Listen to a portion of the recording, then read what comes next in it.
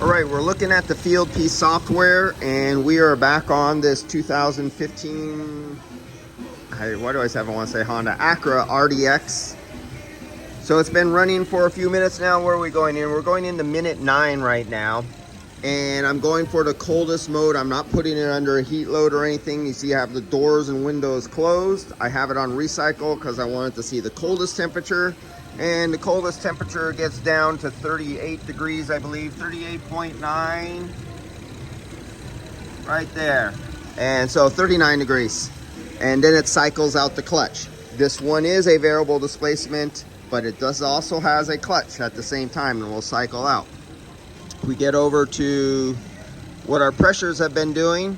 This is what our pressure cycling has been doing. When you're looking at it, this is under no load, recycle, in the shade, under this operation.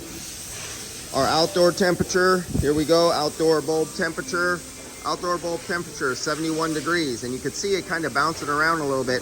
As the fans pulsate over there, the air that comes around the car from underneath a little bit comes up here. So you'll see the air going up and down a little bit.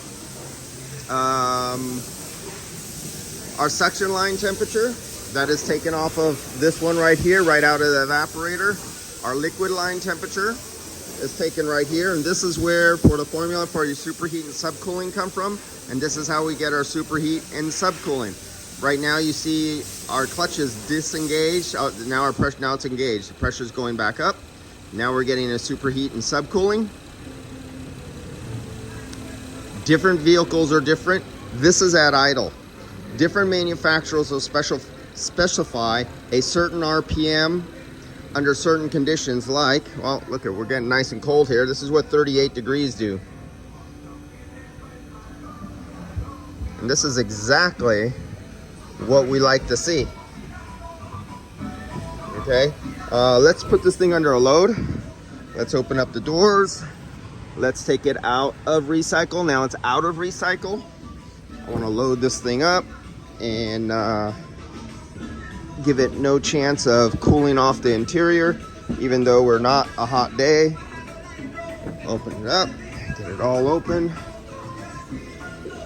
And now let's take a look and see what happens. Oh, look right here.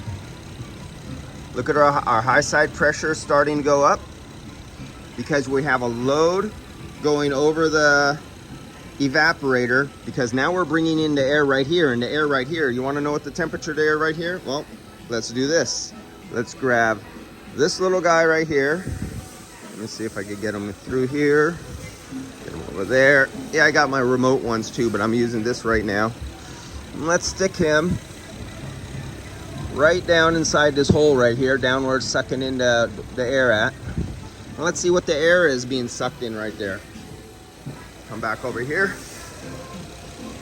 So that is the temperature of the air, even though it's only like 71, 70 degrees outside, because the hood is up and I now have it in fresh air mode.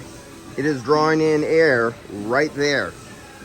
And this is why a lot of you guys get really wrong readings.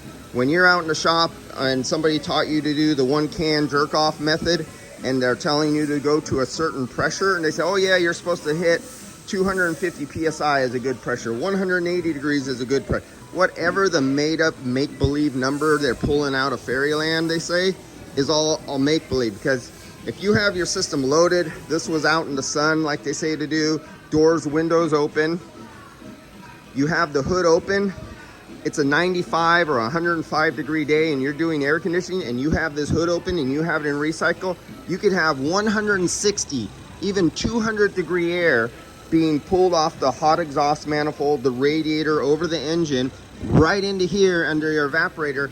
That AC system was never, ever designed to pull in 160 or 80 degree air and dump it on top of the evaporator. Of course you're going to get a high side, and you're going to be filling to that, not to the proper way.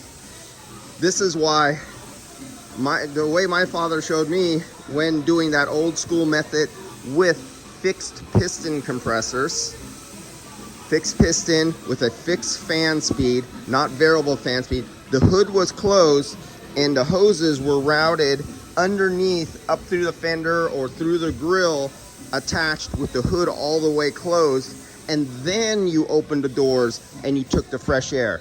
Because on the older cars and the new cars, you have the seal right here that seals off right here, and it blocks this 200-degree air that would be under the hood from being pulled in, and it sucks it here. That is the right way to do it. Everybody who was shown to do it with the hood up and pull in fresh air on a 100-degree day are all wrong. All right, guys, I'll catch you with, that's enough of what I need to say today. I hope I got the point through. Experiment, prove it to yourself. Get some good equipment, measure, get some accurate, fast equipment, not that junky stuff that they sell to the automotive guys. You guys in automotive, you've been sold junk your whole life with a Snap-on name on it, or a Mac name, or Macco, and they put their name, their colors on it, and they add $100 to the price, and it's really not that much better. Get some good quality of equipment. This is why I always tell you, get Field Piece. See you guys later.